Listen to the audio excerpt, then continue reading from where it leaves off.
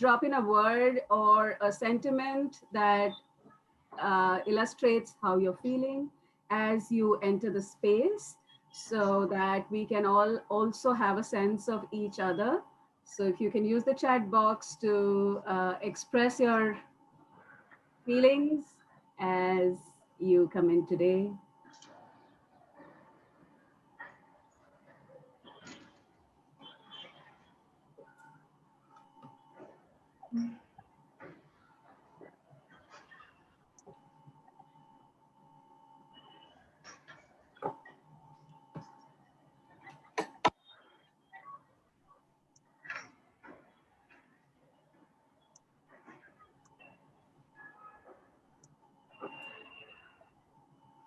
There's a lot of curiosity in there, Bhavana. I know.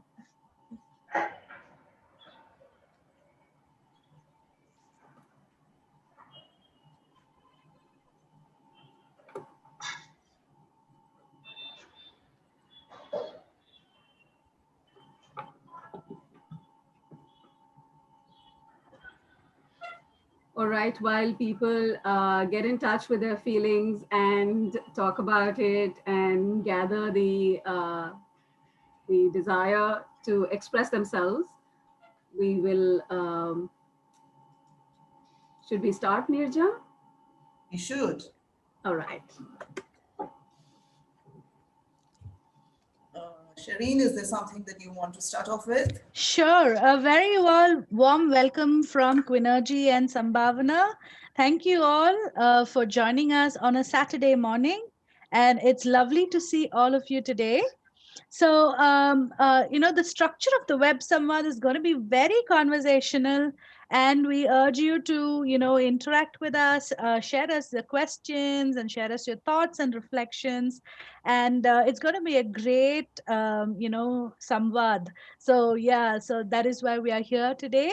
And please feel free to use the chat window at any point in time if you have any questions. So the structure is very simple.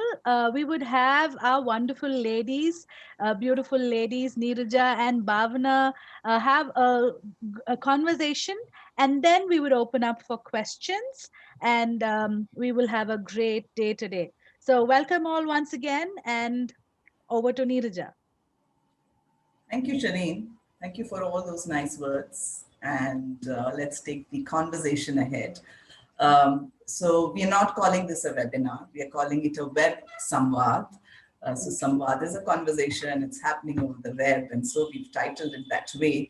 And hence we've set the expectations that it is conversational. And we would like all of you to participate and contribute to this discussion. And for the purposes of the discussion, we have a topic, which is negotiation, and we'll come to that in some time. So let me quickly introduce myself for those of you who don't know me or don't know me, in my entirety. Neeraja Ganesh.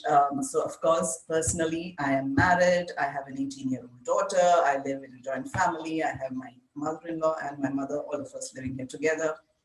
The previous time I introduced myself like this, somebody said, oh, so your husband lives with 4 other ladies in the house? And I said, yeah, I think that's what it is. And professionally, I have 25 years of an IT background. I've worked with some of you like Johnny in ANZ, the longest stint that I had in any company, 16 years. And then I went on to work at Capgemini, after which I headed the jobs for her foundation for 1.5 years.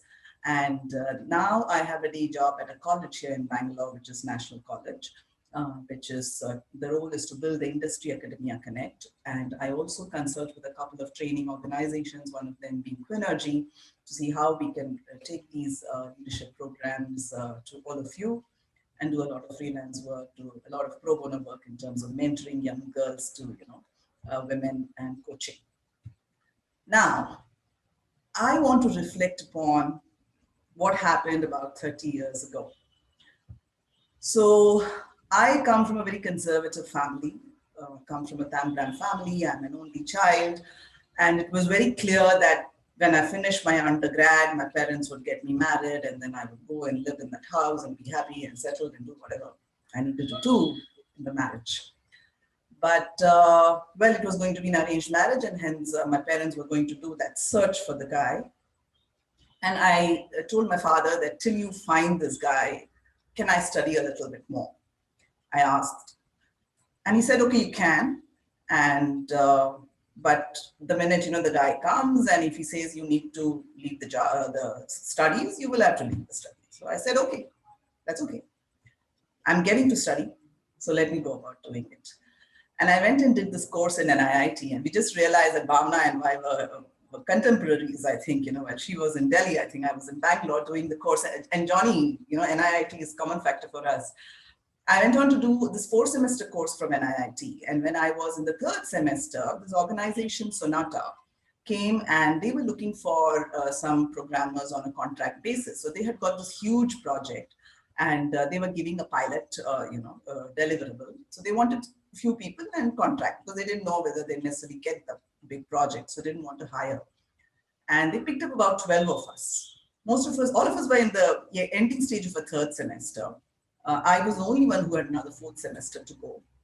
And it was 3 months contract, and we had to work in shifts. So I'm talking about 1992. Yeah, I'm very ancient. When you didn't have, computers left, right, and center. So they put us on shifts. So the same computer could be used by 2 people. So they were kind of, maximizing on the resources they had. And maybe because I was a girl, and also because I had a 4th semester, which had classes from 3 to 5 in the evening, they put me in the morning shift, which was from 7 a.m. to 3 p.m. Now, it would have worked perfectly well for me. But again, talking about the early 1990s, when I said we didn't have computers at home, and the classes that we were taking at NIIT was 6 hours a week, 4 hours of theory and 2 hours of practicals. Now, you can imagine how much will one learn with just 6 hours, 2 hours of hands-on. So we used to hang around in the institute looking for spare PCs, seeing that if some other batch, there was someone who had, bunked the class, or the faculty member was absent, and hence the lab was free. And then we would use that spare time to practice. And all our projects used to get done in that time. So that was this predicament. I mean, you can never predict when a PC is available, right? So if I do a morning shift 7 to 3 and then do a class from 3 to 5, will I get spare PCs in the evening? One never knew. And most of my other, batchmates who had taken on the contract assignment, and this was a big thing, right? I mean, getting into Sonata, and the salary, that the stipend they were paying was big in those days. They said, let's take a break from studies. 3 months anyways. Let's do a very good job. We could always go back to study later. And what if we do a good job and they make us permanent? It's a great thing. But for me, that was not a choice, because as I told you, my parents were looking for this guy for me. So if I took a break, I didn't know if I could go back to study, right? And at the same time, I did not want to let go of the job. So either I had to take a break and do the job, or I had to, leave the job and concentrate on the studies. And I didn't want to do either. I'm talking about Neeraja, who was this meek, timid, shy girl. What would I do? For whatever reason, and now, hindsight, you can call it big words, negotiation. But, I just plain simple went to my manager in Sonata, Suman, I remember very well. And I told her, this is the situation. I cannot commit to a shift. I can work, but my problem is I cannot commit to a shift because I don't know when the PCs will be available in NIIT. Now, what do I do? Yeah, I just laid it, up front. And she said, she thought about it, and I'm sure she would have discussed with management. And she came back and she told me, we'll make an exception for you, Neeraja. We will give you a dedicated PC. You can come in at whatever time and you can go at whatever time, do whatever you need to do, as long as you finish the work that is given to you for the week by the Sunday. Monday morning, I need to have it at my table. And I'm not going to reduce the number of programs I give you. I'm not going to, make any exceptions in terms of the quality. It has to be the same as all the other people from your batch, but I'll make a small exception for you. And I used that to my advantage, and I would go in the morning at 6 o'clock to NIIT, look around for PCs, finish some work, come back to Sonata, go back to NIIT. I mean, I did crazy things. But the 3 months contract went on to 6 months went on to 9, and by the time the 9 months was over, we all got permanent jobs at Sonata. I had finished my course at an IIT. The groom was nowhere in sight. So I went on to work, for many more years, in fact, 25 years. I got married sometime, of course. That's another story. So I thought I should start today's talk, with this discussion. Because in hindsight, I'm thinking if I had probably made up my mind based on what the others were saying, take a break from studies, or I had for myself decided, no, studies is important because it's an opportunity my father has given, so let me quit from the job. I really don't know whether I would have been able to finish the course so well, start a job, have this long career, and what would have happened. So I think the most important lesson for me was that you need to start. I think the beginning of any negotiation is to ask or even speak and state what you're going through, to the rest of your stakeholders. Bhavana, over to you. We would like to hear your story. So lots of nostalgia there with NIT and everything else around, what families do and don't. And it's lovely to discover a contemporary. I'm going to talk about first, introduce myself to everybody over here. I'm sure many don't know who I am. So I'm Bhavana Issar, and I have been in the corporate world for many years, and my journey has been slightly different, although Neeraja and I both studied at NIT, and frankly, maybe I should have been in a techie career. I could have been, had I not succumbed to the pressure of management and gotten my admission in XLRI years ago. And that led me to a career in HR for many years. In a way, I'm glad, though of course I miss the techie world, and I find ways of getting back to it. I have spent many years in HROD learning, and I'm a fellow of Sumedhas, and I have pursued that part of discovering human processes, not just through Sumedhas, but many other organizations. And I am particularly fond of the Gestalt OD methodology, which in many ways has points of intersection with the process work that I learned at Sumedhas as well. Other than this, I have a social venture which is called Caregiver Sati, and that's to support family members who are caregivers to the terminally ill. I find it very interesting to always include in my introduction this part of myself, which I think has significantly contributed to me personally and professionally, which is the fact that I'm a motorcyclist and I like long rides. And I do think that that physical and that very out in the world activity has contributed in many ways to the way, to how I think and what I do and how I do what I do.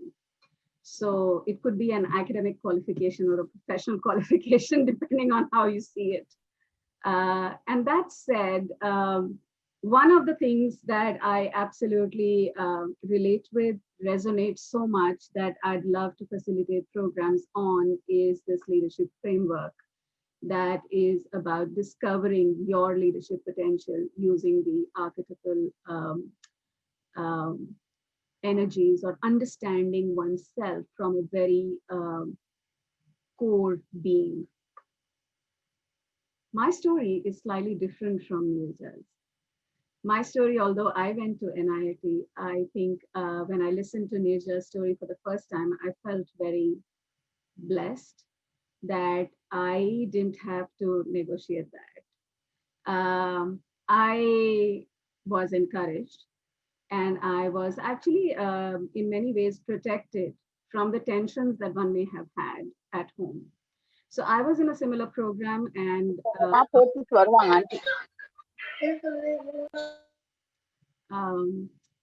and alongside my college, I used to go to the NIT program.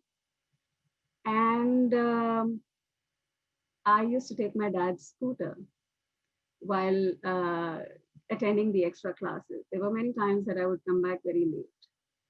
It was only later that I would discover that my grandfather, who used to stay with us, would give my mother hell.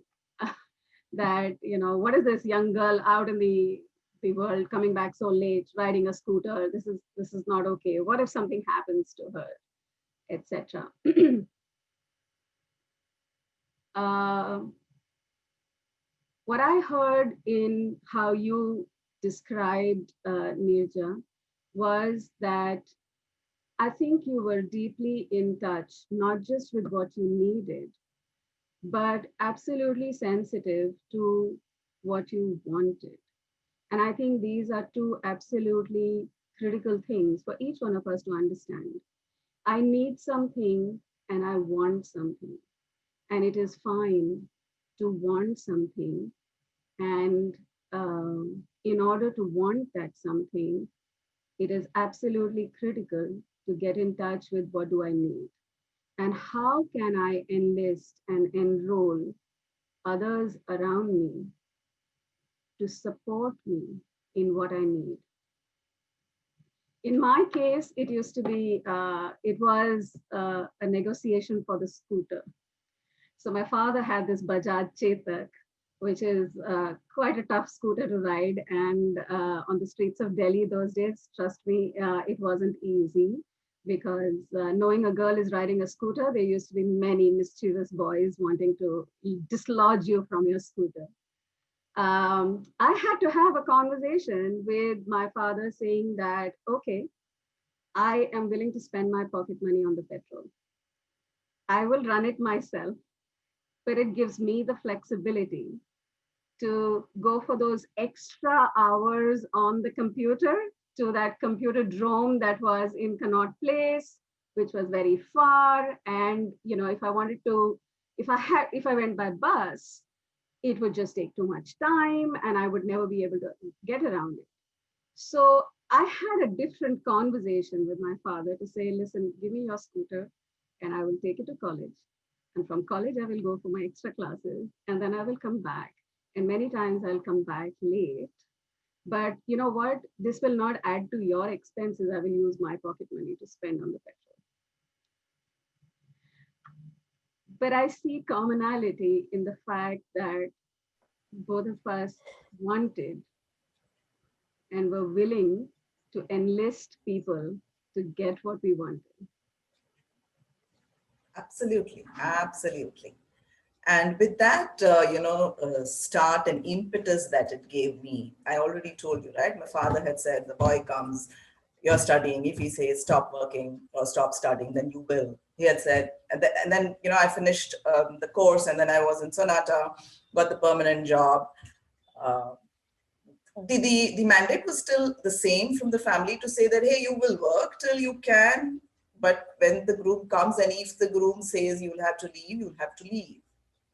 But what it did to me in those 9 months of work and an IIT and all of that was I could go ahead and have the conversation with my father to say, okay, why don't you change your search criteria a little to find someone who's okay with me working, right? And how did my parents react to that? I think my father was, because he was seeing what I was going through. He had seen how I had managed those 9 months. I would exactly like him leave home at 6, but I didn't have any scooter. I can't ride anything till today. So I depended on the Bangalore buses. And you can imagine how it was in those good old days.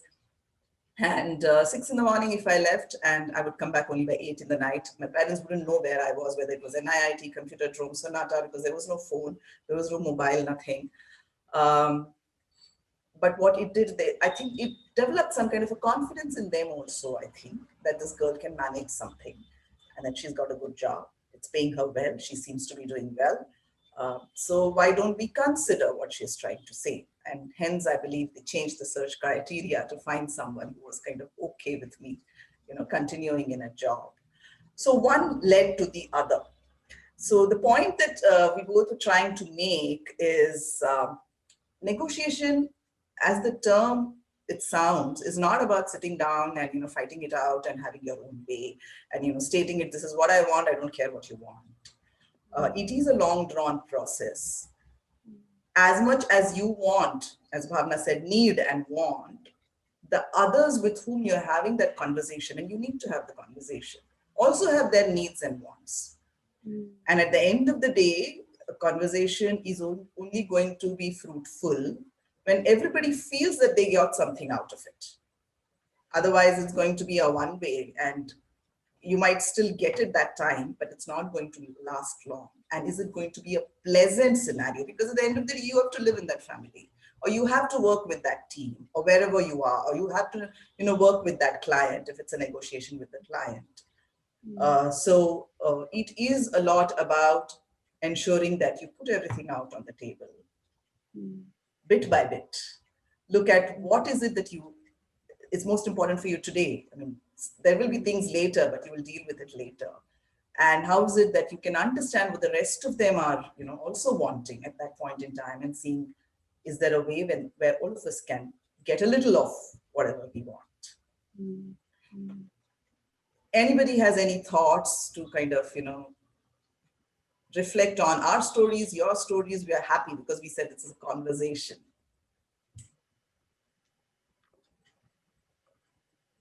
And while you collect your thoughts, Neeraja, I wanted to reflect on, the same incidents. The fact that I used to ride a scooter and go for my classes, I never looked at it at that point in time like I was negotiating.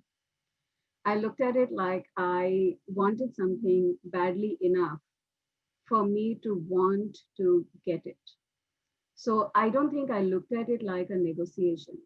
And obviously, my father had a certain position, and he was slightly different in terms of his thought than your dad.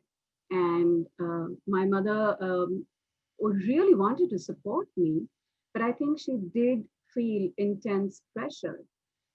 Because one day when I stayed back very late and I wasn't able to, I believe my voice is not very clear. Let me just check. Is this better? So one day when I,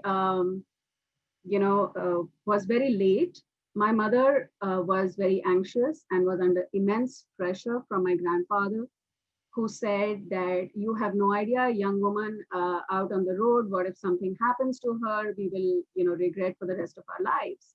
And my mother actually had this conversation with me. She says, I may have brought you up in a certain way, but I haven't taken care of everybody on the street. I want to support you, but I cannot support you until I have some confidence from you.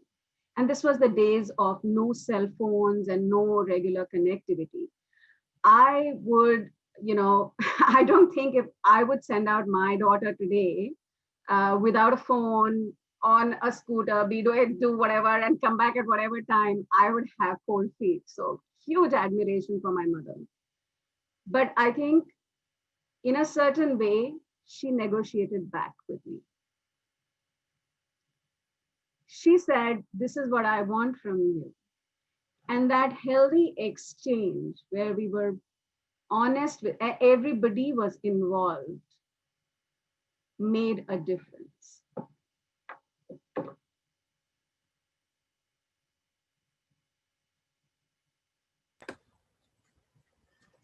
I'm seeing some chats that are coming in. Where Padma is, of course, Johnny says, change search criteria. We have a very powerful internal command. We talk this language for having been in the IT world for years. Thank you, Johnny. Have there been situations where you have tried to negotiate on something and weren't able to get the support? How did you proceed then? Okay, a question that we will definitely, answer. Any other reflections that people have from our stories? Anything that you want to, bring in from your life stories which sound similar, where you now feel that, okay, we did this as a conversation, not thinking it was negotiation, but, actually that is what it is because you got something out of it. Apeksha is saying, I left Accenture in 2012 and again to restart a career as a freelancer. I negotiated initially that work, but should take care of a kid. All of us have, right? And that is why we thought that we must talk about stories both from our personal life and our professional life and kind of combine the two, because these two are not separate entities. Usually when we talk about negotiation or any conversation, right, anything, which falls within the leadership framework, it becomes, okay, fine, in the workplace, at the office, with the clients, how do you negotiate? But for women, and I think even for men, to have a holistic life, the negotiations have to be at both places, at all places, in the community, in the larger ecosystem, neighborhood, in your family, and at your workplace. That is when you are able to have a holistic life, which is more meaningful and purposeful. And hence, we wanted to bring in both aspects in our stories. Johnny is asking a question. What happens to the dynamic if we change the syntax from negotiation to conversation? I think that's a brilliant question. And it becomes, I think, it opens up the minds a little. The minute, you say, I'm going to negotiate, maybe there is already preconceived notions.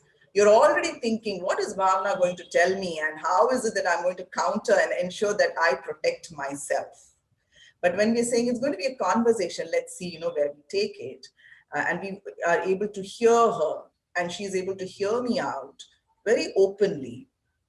At the same time, when I hear her, I also tell her that this is what I want. So in the example of Sonata, while I said that I cannot do shifts, Suman said that I cannot change the deadlines for you. A week is a week. I'm not going to make any changes to the quality processes. You will give me defect-free code. So she put down on the table what she wants. I put down on the table what I wanted. And we got some form of a support, which also meant that I would have had to have the conversation at home, right? I come from this protected family, exactly like Bhavana was saying. I'm leaving at 6 in the morning and reaching back at 8 in the night and with no clue of where I am. So surely I would have had that conversation at home with parents who really didn't care about me working, right? It was something that I said I wanted to do. So they could have always said, no, it's dangerous, don't do it, pick one of the two. But I'm sure I had some conversation. So it is conversation, trying to understand what the other person is, feeling. One is the feeling, because there is a feeling of fear because of which, if it is a conversation at home, it's probably a feeling of fear. How do you instill confidence in them that you are going to take care of yourself? Or, are you going to, enlist some help so that, you are taken care of? Let me look at, yes, Bhavana. Yeah, I wanted to talk to the point around both the idea of negotiation versus conversation and the idea of, what if I don't get what I want? So let me start with negotiation versus conversation. The way that I see it, I think there are subtle differences between the two words. You're absolutely right. The word negotiation can conjure up different associations that we have with negotiation. What are the ways in which we usually hear about negotiation? Negotiations happen with trade unions. Negotiations happen when there is a transaction. Negotiation happens, when there is some kind of an exchange. So in my mind, at least those are the associations. A conversation is an exchange of ideas without necessarily any outcomes. And I think that sometimes it is useful to clarify what is it that you're really getting into. So I think having a conversation can kind of set the ground, but being unapologetic about the fact that I would also like to have a negotiation. I would also like to have an exchange, and I would also like to have an understanding and agreement points to the fact that I recognize my boundaries, I appreciate your boundaries, and how can we come to a common ground? I think recognizing and appreciating one's boundaries is a skill at a personal level and especially as a leader that we can all practice and hone and get better at. You our ability to negotiate and put forth our needs and wants and be able to respect the needs and wants of another cannot come until we can have a healthy respect for what our boundaries are and how am I going to respect the boundaries of another. So that's one thing that I'd like to talk about in terms of what is a conversation and what is a negotiation. I think both are important, but both have some nuances, and it is, I might as well, so for example, if I'm having that conversation with you, I will also say that, Neeraja, this is how I see a negotiation. I think a negotiation does not mean that I'm winning and you're losing. Negotiation means that both of us are getting something out of this that we need. And we have a common language. So we first establish the common language, and then we get to what we need and what we want, and what's therefore then going to be our understanding. So for example, I agreed with my mother that if it's going to be later than 8 o'clock, I will go to the public booth and I will give her a call and I will tell her what my plans were. And most likely I will come with one other friend so that I'm not alone. Now that is to respect and take care of her feelings and her anxieties in as much as get what I want. And absolutely right, Padma, it is not necessary that you get every time what you want and what you want to negotiate for. And I will go back to the basics for that, which is sometimes it helps to say, okay, I may really want something which is much larger than what the other person can offer. If it is much larger what the other person can offer, or it is not in their realm of imagination, for example, like in the example that Neeraja gave, I don't think in step one, Dad's view would have been, okay, I will look for a guy who will be okay with your working. So maybe taking a baby step to what might be acceptable can be a starting point to, move forward or edge further, establish some kind of a rapport, some kind of confidence building measures, and then say, you know what, I really know what I'm asking for and I really mean it. And I mean business and I want this and I'm clear about this, and then take the next step. So negotiation is not a one-time transaction, is the point that I'm trying to make. It's an ongoing exercise and it's a dynamic dance between the people involved. Bhavana, this is Payal. If I can just, ask you a segue question into it. Yes. Okay, I really love the part, especially the latter part that someone asked about, and my question really is to the point where you said that negotiation is a continuum.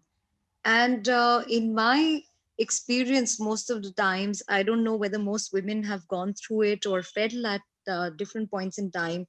Um, the negotiations do not take a very positive turn, or there is a little, if I may say, a break in the rapport.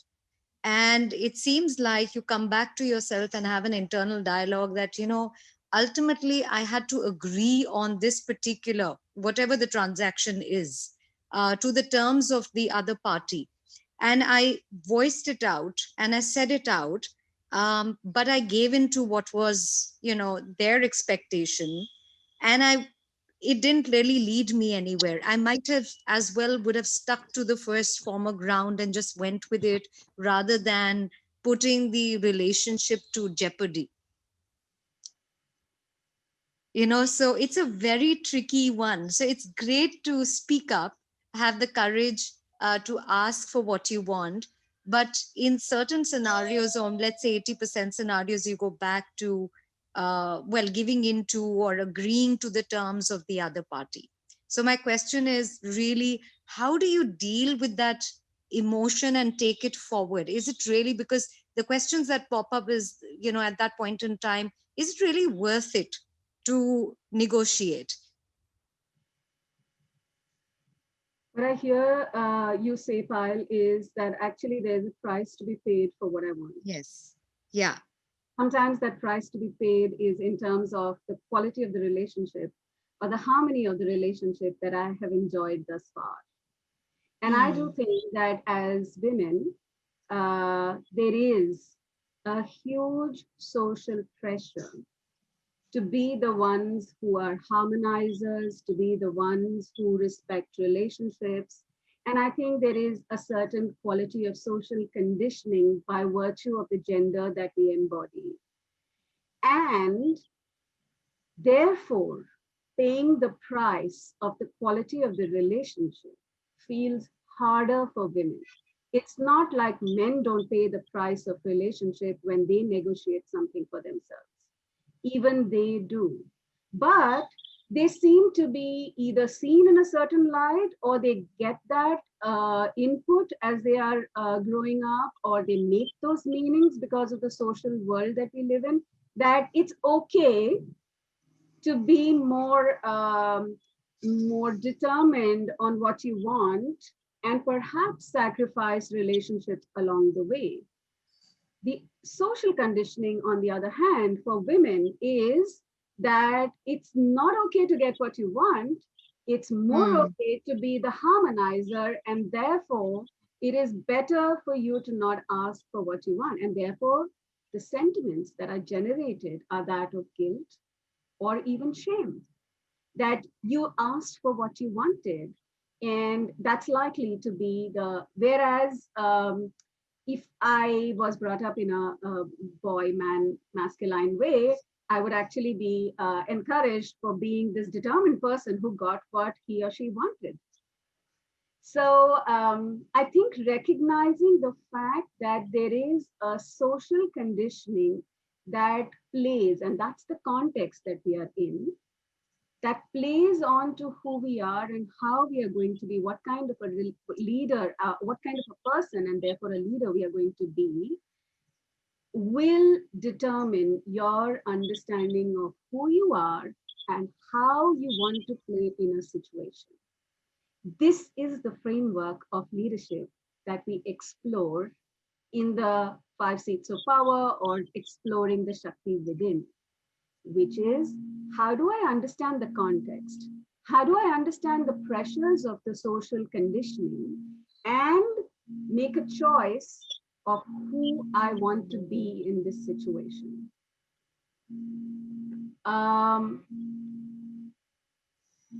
Sorry. The second thing, I hope I'm addressing your question, Binti. Absolutely, yes. Yeah, I think it's resonating very well in terms of, going through the guilt or going into an inner dialogue of why did I put this at jeopardy? So, yeah, I think we're absolutely on the right track. Thank you. Okay, so why is, among many things, for a cohort of women, the topic of negotiation important? That is the point. The question is that discovering the leader, or discovering the kind of leader that you will be, for women means a tad more awareness on the quantum and the quality of negotiation that has to be done on every forum. So we picked one idea, and therefore we picked negotiation because between Neeraja and I, we resonated with the idea that, oh, okay, so, negotiation is going to be one such thing. We had a prior conversation where we discussed the imposter syndrome. And therefore today's Samvaad is around negotiation and how that plays in for leaders in general and women leaders in particular.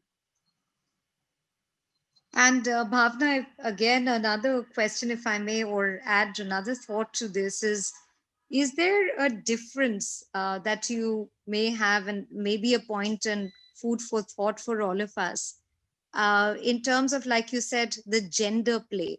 So when men are negotiating, it's more about, they being determined, as you put it. But when it comes to women and women negotiating with women, I think, in my experience, or maybe what I think of or anticipate, the fallout could be grander and greater, because there are a lot of emotions at play for women to be able to, maybe to the extent of if I may, it might sound a little generalized. But the point is, women negotiating with women is a very tricky tightrope walk in that sense. I'll take that, Neeraja, and then also hear your perspective.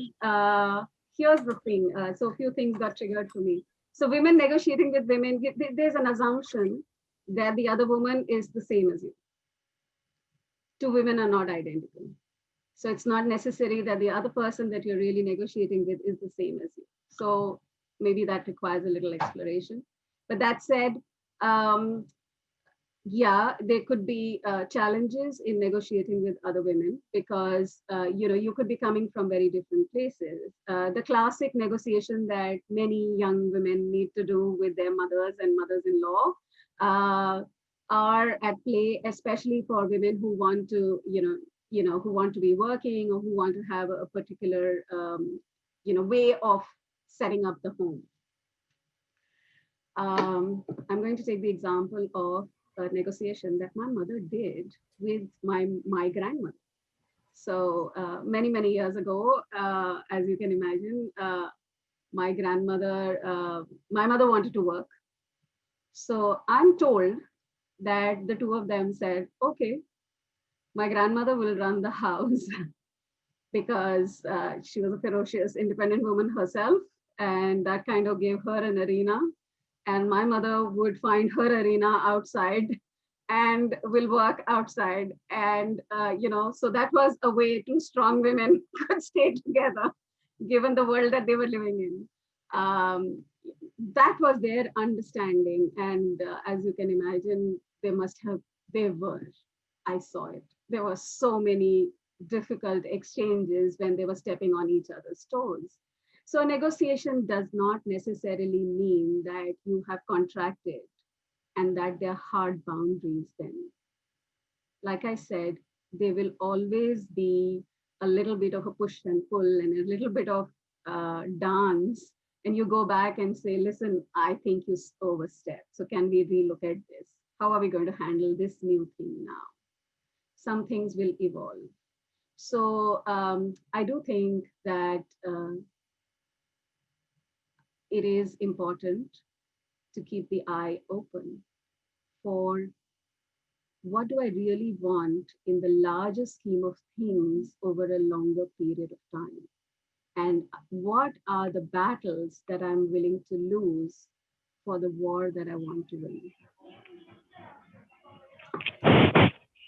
So with that, I will request. Bhavana, Garima here. Can I just add one small point in what you just mentioned? Yes, please. So, from my personal experience, I feel it is important to know that what is your larger objective, and not look at smaller battles every day, rather than look at the overall picture. What will you gain out of each? And sometimes in the negotiations, you have to give in also to be able to ensure that the larger purpose is being met. Yeah, so this is the point that I was trying to make. Surely, Garima. I'm totally resonating so much that I'm vibrating. So, all these questions and, reflections made me want to narrate another story. And Bhavana and I had a conversation on this yesterday. So the story is after I finished my 25 years of a corporate career, I was undecided in terms of what I'm going to do next. One thing I knew that I did not want to go back to the corporate world.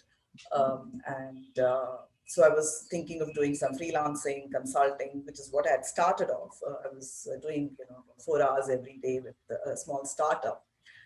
And within a month, Jobs for Her came to me because I was associated with them as a mentor, and they were looking to start the not-for-profit foundation. And Neha Bagaria, the founder of Jobs for Her, approached me and asked me if I would head the not-for-profit foundation, which she was setting up. That was to, be starting in January 2018. I had quit from Capgemini in September 2017, and I started my consulting in November. a great opportunity. The cause was really dear to my heart because the foundation was being built to bridge the gender gap in our country. And we had kind of, thought of what are the things that we're going to do towards that. So I went back and I told my husband that I'm going to be accepting this role. So that consulting assignment, I had to wrap up a little early because I had actually signed a 6-month contract, but this was starting in Jan. So I had to wrap that up a little early and get on with the foundation. At home, my mother-in-law had just gone through, a severe viral infection, and that was the first phase. The viral infection hit her. She took a while to recover. And then as she recovered from there, there was this post-viral arthritis, that is what the docs called it. And she was almost immobile. It was very painful for her to walk around. So she needed someone around at home. Of course, my sister-in-law was retired, from work, came and, stayed with us to help her out. My husband works from home. And because I was doing this part-time consulting, I was also around at home for a long period of time. But this opportunity had come, which was going to be a full-time and more than a full-time. It's a new NGO, you're setting it up, and there's not going to be anybody else in the team because it's an NGO, you can't pay salaries to so many people. And I had to kind of run with it. And we were also thinking of starting to build another house in Bangalore. So you know what it is to build a house. So my husband actually asked me, do you really want to take up this opportunity? I mean, you've done 25 years of your corporate, you enjoyed it, and you took a break. You did not want to go back to the corporate. You wanted to freelance and seems to be working quite fine. A few hours, you're enjoying it. At home, there is this situation where my mother-in-law has to be taken care of. The house construction will take so much of your time. You think, you want to take this opportunity. So I thought through, and you don't respond immediately, right? I'm not that kind of a person. Anyone can tell me anything. Like I know when I had this conversation with Bhavana yesterday, she said some things to me, but I didn't respond. That's my way of handling any situation. No response, no reaction. Chill, listen. And then I will take my time to, process that and see, is it worth it? I mean, what people are saying, there might be something in it, right? Because people are also speaking from some experience of theirs. So let me process that and, see if I'm missing out on something and then go back and have the conversation with them. So I did that and I went back to my husband and I said, first look at the house. We are still thinking of building the house. We've not even drawn up a plan. It takes a long time for the entire family to sit together, come up with a plan which works for all of us. Then we submit it, to the authorities. It'll take 3 months for it to be approved. Then, and this was the first floor that we were going to construct. So which means that they will take some pillars and then raise the walls, then the first floor and then the roof. Good 3 months. So I had 6 months before I had to really start looking at the house inside, the construction where you need to then talk to the plumbers and the electricians and, everything as the paint and the tiles. So good 6 months were available. In terms of my mother-in-law, so of course it had left her almost immobile, but the fact was my sister-in-law had come to stay with us to help out. My husband used to work from home and, so I said that I will have a conversation with jobs for her to say that I will need some flexibility. There are people at home to help support my mother-in-law. But if a situation is, requires me to be at home, then I need that flexibility to either work from home. And let me start this role part-time. So let me not take on everything. Let me start the role part-time and also tell Neha that, see, I have a house coming up. So in 6 to 9 months time, my focus and my energies will need to be also there. So, let me lay down on the table everything to everyone. At home, everyone knows what I'm going to do.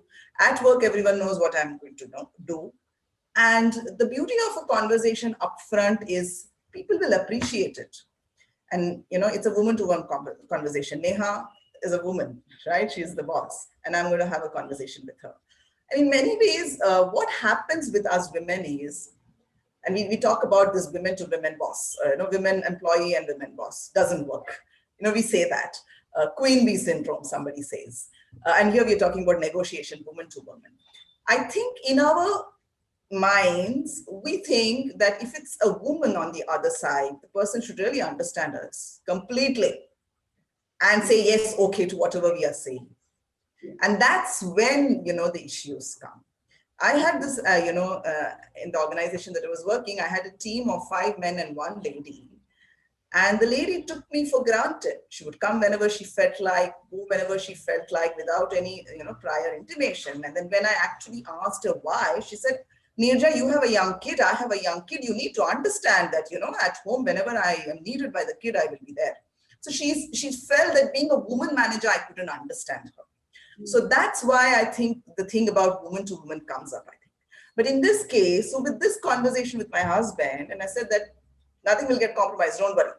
I've had the conversation at office. Whenever you need me at home, I will be able to make that happen. I had the conversation, with Neha to say in some time, I will have to, focus on the house construction. We'll have to talk about how we manage that. And she was very happy that I brought it up at least a year before, anything could, happen. And she said, we'll see how things progress. Maybe we'll, add on some team members, or we'll look at how things go. And it was brilliant, my mother-in-law recovered, and we started the house construction. And in a year's time, the house was built. We did the Grah Pravesh. We moved in. I took a month off to set the new house in shape and then went back to jobs for her. I had built a foundation which was amazing. The amount of work that we had done was great. And home was good, So, but I know that when I spoke about this, Bhavana had a reaction. The first reaction was, when your husband works from home, why couldn't he have, taken care? Why did you have to? So, these are reactions that will come based on our experiences and our thoughts and what we believe is the right thing for the world. Why can't somebody think like this? But my premise here and my submission here, Bhavana, and to everybody else is, I'm not here to change the world.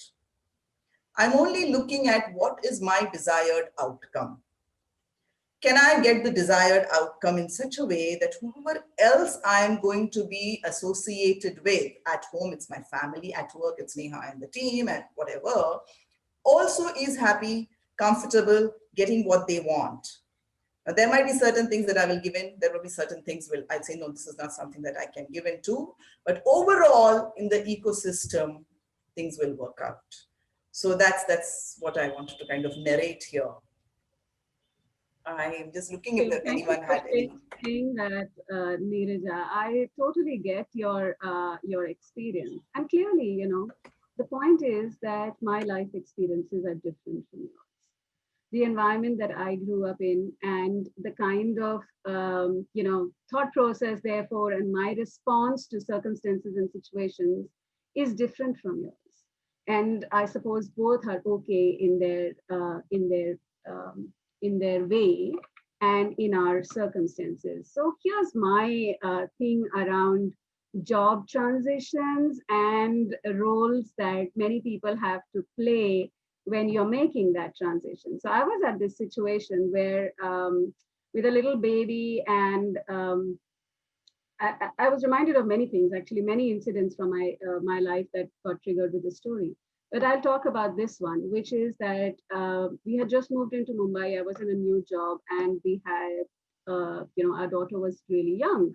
And the fact that I really wanted that job, or I had joined that job, and the fact that, the traditional support systems, like, would my mother be there or would my mother-in-law be there, were not there. And I think that's true for many of us who now have distributed families.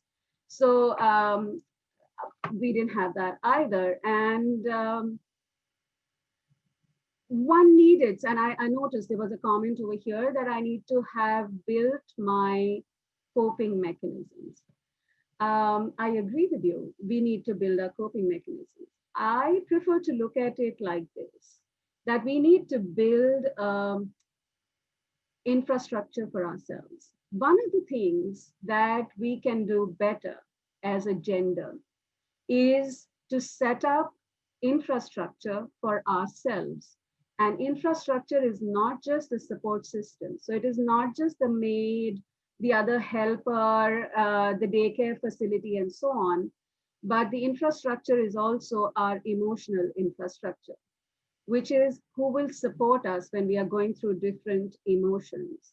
And this infrastructure can come from both men and women in our homes and at our workplace. So the thing that I'd like to say is that when I started working, and I kind of was very home proud, and I wanted my house to be a certain level of perfection, my child to have something and whatever. But I wanted to enlist the support of my husband. And when I told him that, I would ask him to do a bunch of things, he's very, very supportive. In fact, he's a far more nurturing parent than I can ever be. And he would do some stuff. But what I would do out of my anxiety is I would constantly check in on him. And I would constantly see if he had done things the way that I would have done them. Until one day he sat me down and he said, Bhavna, I'm an adult and I can look after a child. And you don't need to check in on me. And you have to trust me. I will not do it the way that you do it. I will do it the way that I do it. And you have to allow me to do that.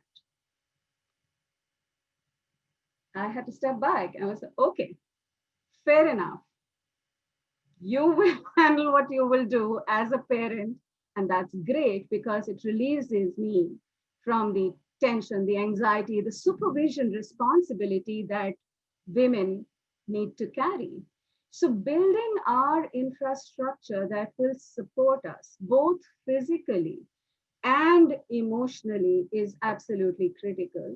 And it needs to be built over and over and over. So I remember going to the office and having very supportive colleagues.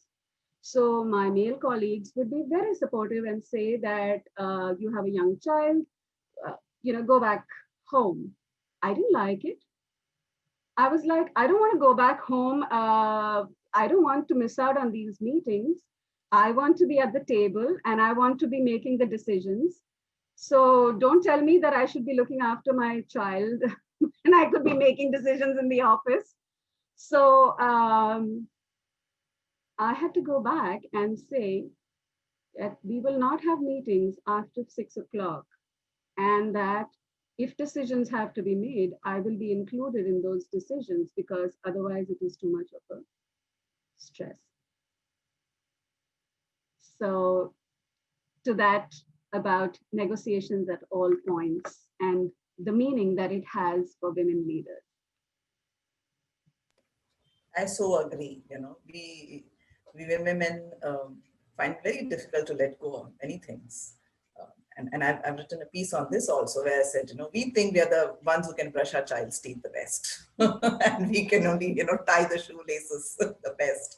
And we can only keep the house in a particular manner. So as I think Garima and the others have said, what's the biggest thing that is at stake, right? And if that is something that is taken care of, the smaller things will have to be let go, and things will fall in place, and learn to trust and believe in the others also. If in this case we're talking about somebody else doing things for us at home, so you let go. It will happen. It's not going to be so worse off. We all have grown up. Somebody looked after us. We all did certain things. We might have messed up, but we've come back on the right track. They will also come back on the right track. But if you're going to be continuously saying this is the way to do it, it's not going to be a happy situation. Somebody may do it for you, trying to do it, your way, but may not be necessarily in a very happy situation. Or the other extreme is the person say, okay, do it yourself if that's how you want to. Then you are, burdened and overburdened with, all the things that you have to take care of. I think recognizing who you are and therefore recognizing the thoughts, the feelings that get triggered with you because of the circumstances that you're in is the nature of exploration that this framework has. So it is a constant to and fro between who am I and what is the kind of context that I'm in, what is it triggering in me. So there is a social conditioning or a social authoring that the environment is doing. But how do I take the locus of control to myself and make choices such that I am self-authoring my story? That is the framework of leadership. As a woman leader, how can I draw the locus of control to myself such that I can self-author my story rather than be an outcome of the circumstances that I'm in? And it is particularly important to have this exploration among other women. Although at some level one could argue that leadership is gender agnostic, it is. And there are many, many types of women, but there is also a commonality of gender. So uh, with that, I'm quite complete, but I Yeah, would. I did ask Shireen if she wants to bring up the deck for us to, tell the participants, because some questions were on how does this link to, the program Awaken the Shakti within. So we just want to, share some details.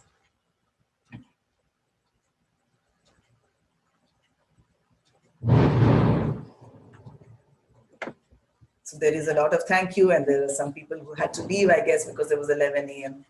exit time, but I'm glad that it has been of some use. Yeah.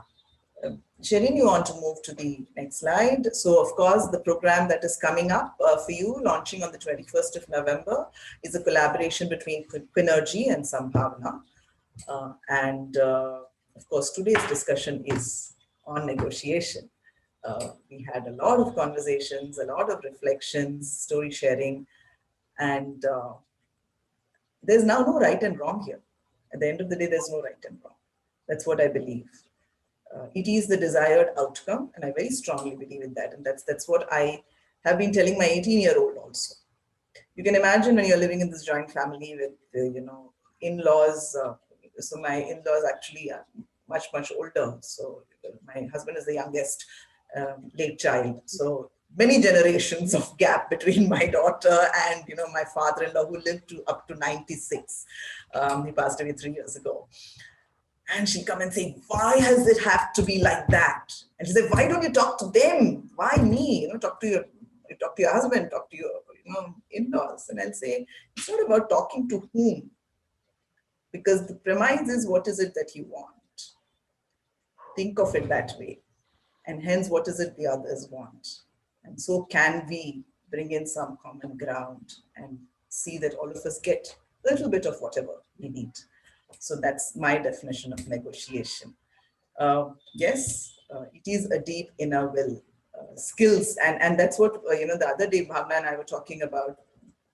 We can go through any kinds of programs. They'll say negotiate 1, 2, 3, 4, 5. You Google and you will have 5-step process to negotiation or 5-step process to something else.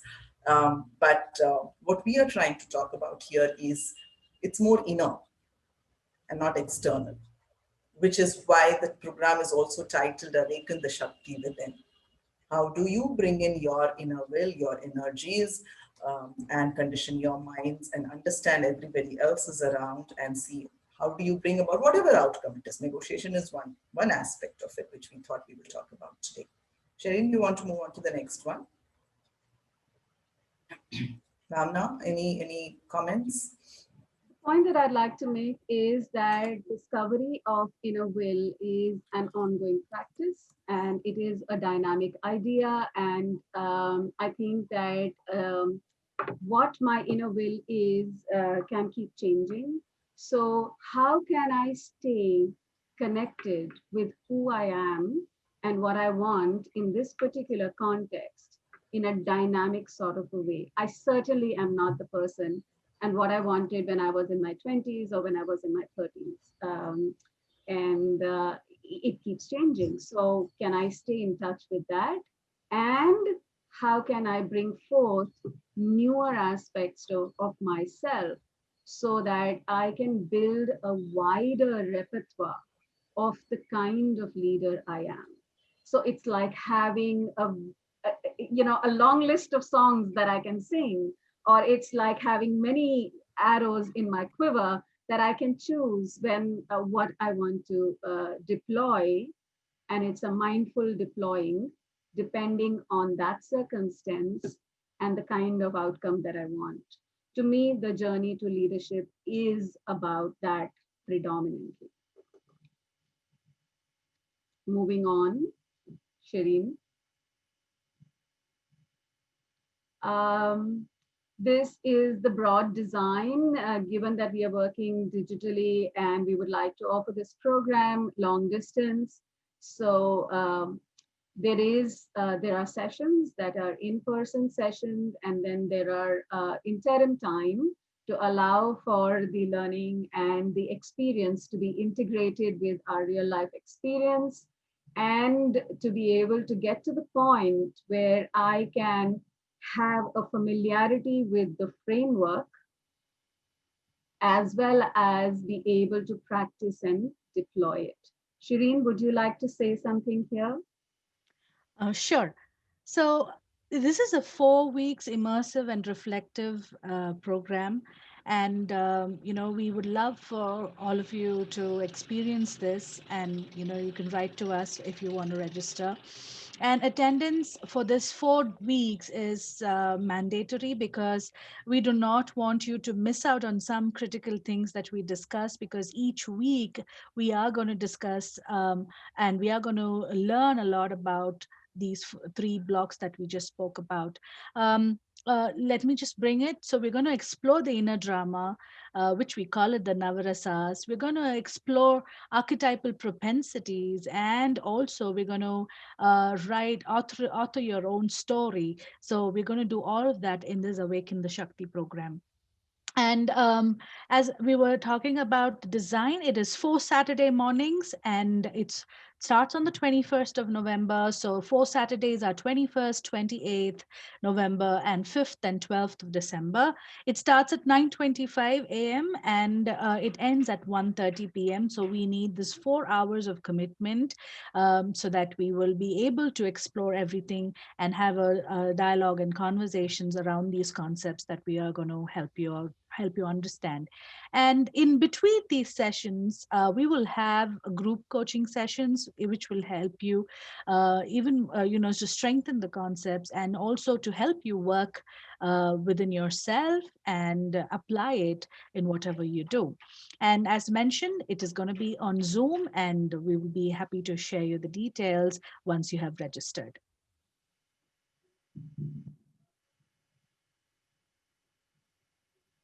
So these are some of the key outcomes from this program.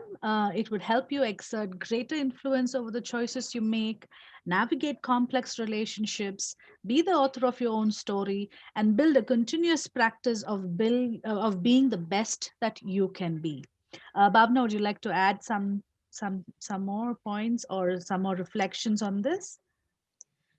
Personally, from my standpoint, I think the fact that it is going to be a cohort of women that will work together, to me, the a big part of this program is how we enrich each other with our life experiences. And evidence of that is the fact that look at Neeraja and I. We are both women with who want to get something done, or who have a certain view to life, but our life experiences are so different. In many ways, we had a negotiating exchange. So I think very, very differently from Neeraja. But, I did tell her that I don't necessarily agree with how you negotiated or you think you overcame your circumstances. I would have done it very differently.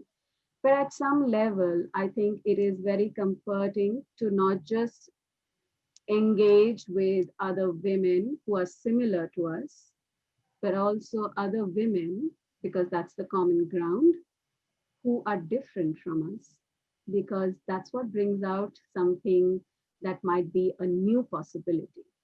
The idea is to push the boundaries of your mind so that you can generate a new possibility for yourself.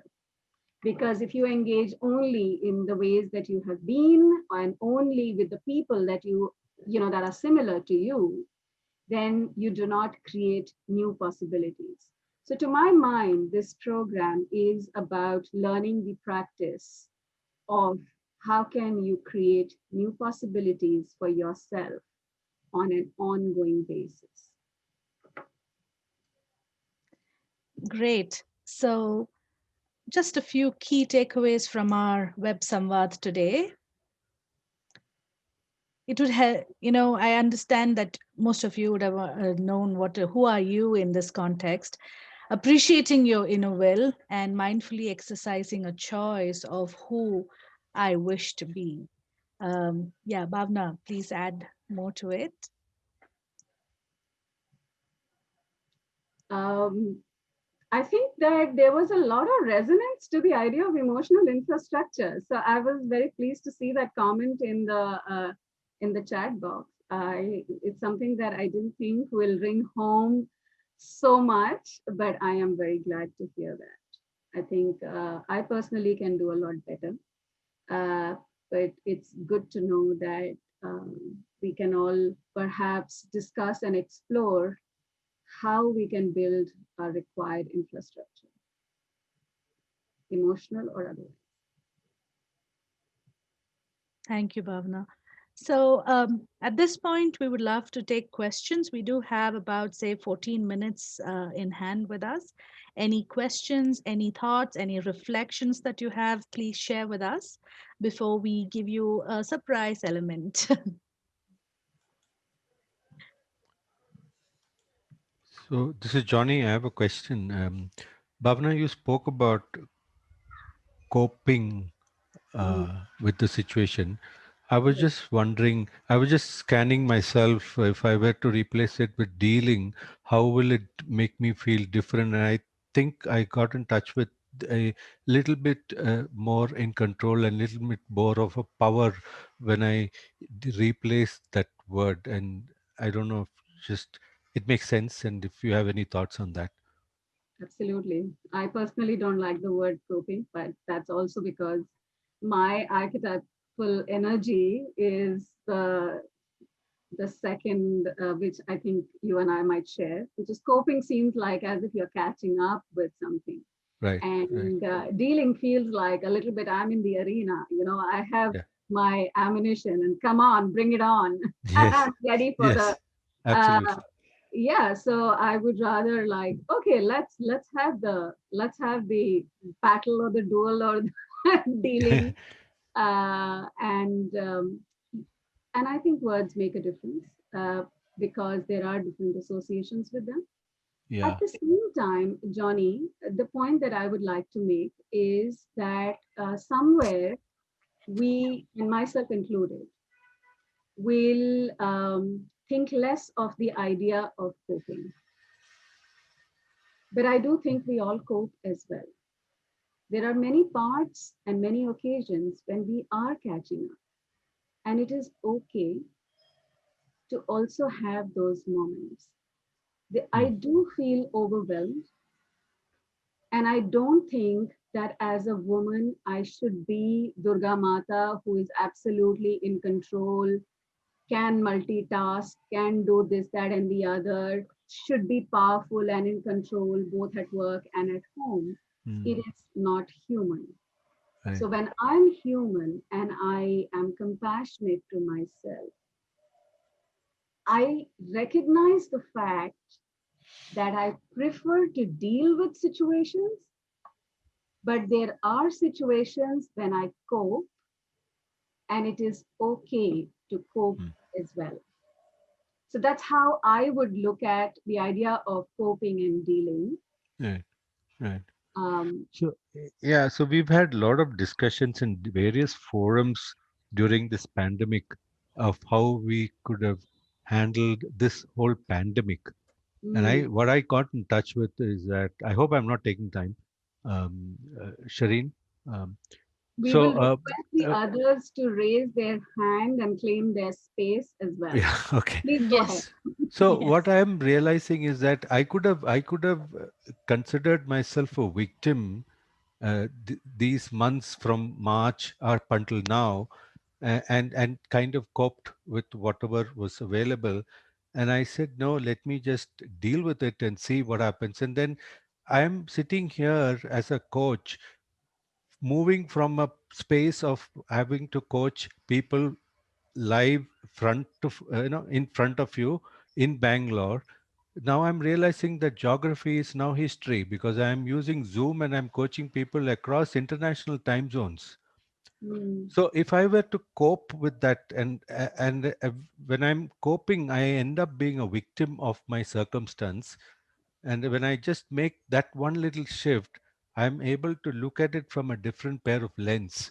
and I'm able to see different possibilities. And that's what I heard from Shireen when she was talking, taking us through the program also, that looking at possibilities emerging. And I just wanted to explore that. That's where I'm. You saying that, and I'd like to step in for that because I think that there is one other expectation. The other expectation is that you should know all the answers. But the world is changing and it is so dynamic. It is not necessary, especially as women, to really know all the answers. But frankly, it's not a women thing. It's a men, women, Mm. whatever, everybody thing, which is that there are certain circumstances in which we don't know the answer. And instead of having the pressure that I should know all the answers, actually, if I put forth my thoughts and I can take another perspective and I can take help from someone else, then I can find a new way. Because to the point of I have a certain pattern and a way of looking at problems and finding solutions. And I will continue with that pattern until I can open up to a different perspective. Opening new possibilities is also about being vulnerable. Yep. If only I can acknowledge that I'm feeling vulnerable, I am coping. I may not be a victim. I'm partly a victim, but I want to do something about it.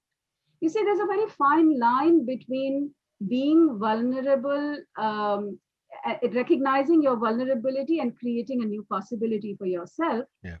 versus looking at your circumstance and feeling victimized and feeling paralyzed.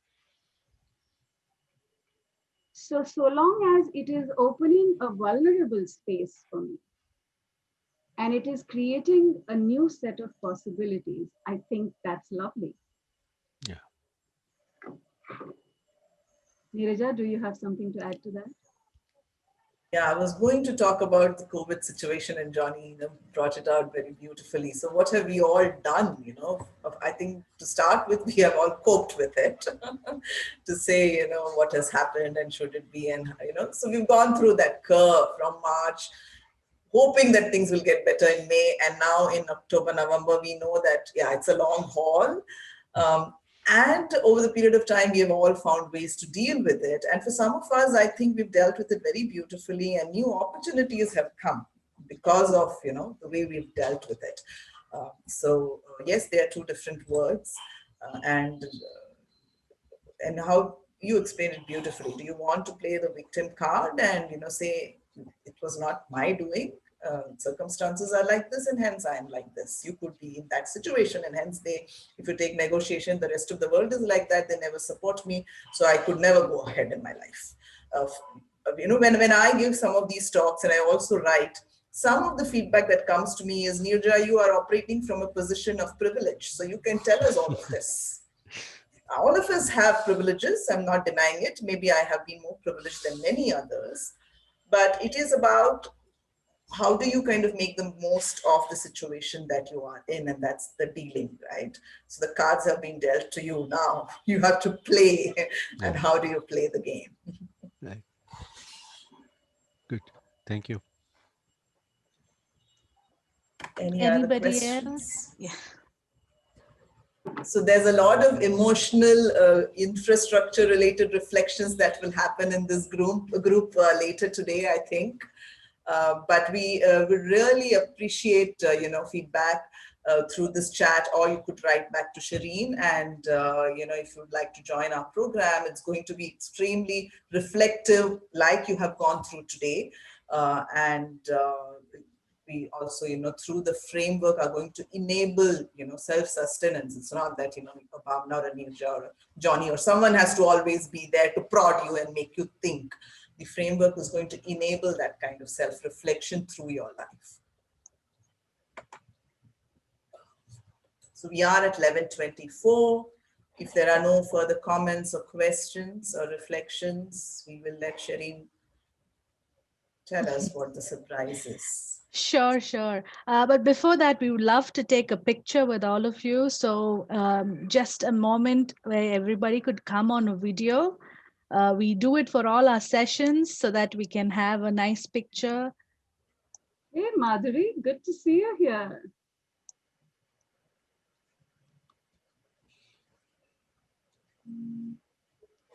Have we? Vivek, you are there.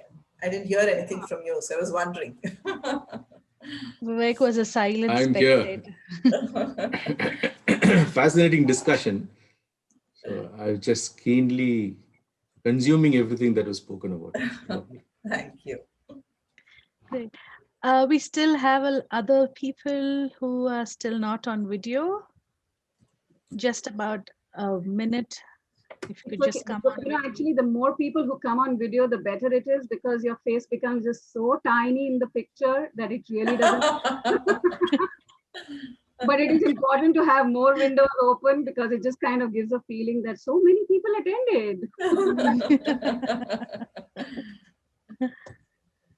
Thank you. Thank Shireen, you. did you take it? Yes, I'm going to do it one more time. So Sure, let's sure. say, what should we say? Say Shakti. Shakti, yes. Okay, let's all say Shakti. Shakti. Super, thank you so much. And for those of you who have joined us today, we have a special offer. And this special offer ends on Monday, 6 p.m., which is 9th of November.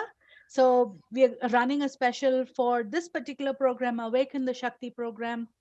So please do drop in a message saying special offer on my inbox or on my phone, which is my number is here. It's 9900749145 with your name and email address, and we'll be happy to give you the special offer for you. So any questions about the program, anything that you would want to know more about the program, please do write to me at shireen@quinnergy.com, and we'll be happy to help you. And just a reminder, on the 21st of November, we are starting our first session. It's going to be day one, and we are expecting most of you from this webinar, Web Samvaad, to join us in that cohort.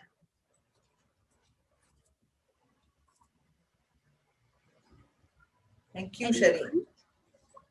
Great. So we have another 2 minutes left. Anybody would like to say something or would want to ask any questions about the program, please do that. And Last chance, last chance, last chance. Last chance, yes. Otherwise, you have the chance on 21st. Yes. Going, gone. Correct. Anyway, nice meeting you, Bhavana and Neeraja and Shireen. Thanks for organizing this. Thank you. Thank you for you. joining. Lovely, John. Bye. I have to thank you all for being here. I have really enjoyed my morning. It's always lovely to talk to Neeraja. So thank you, and look forward to see you all. Thank you. Bye. Bye-bye. Have Thank a great you all. weekend. Have a great Thanks. weekend. Bye-bye.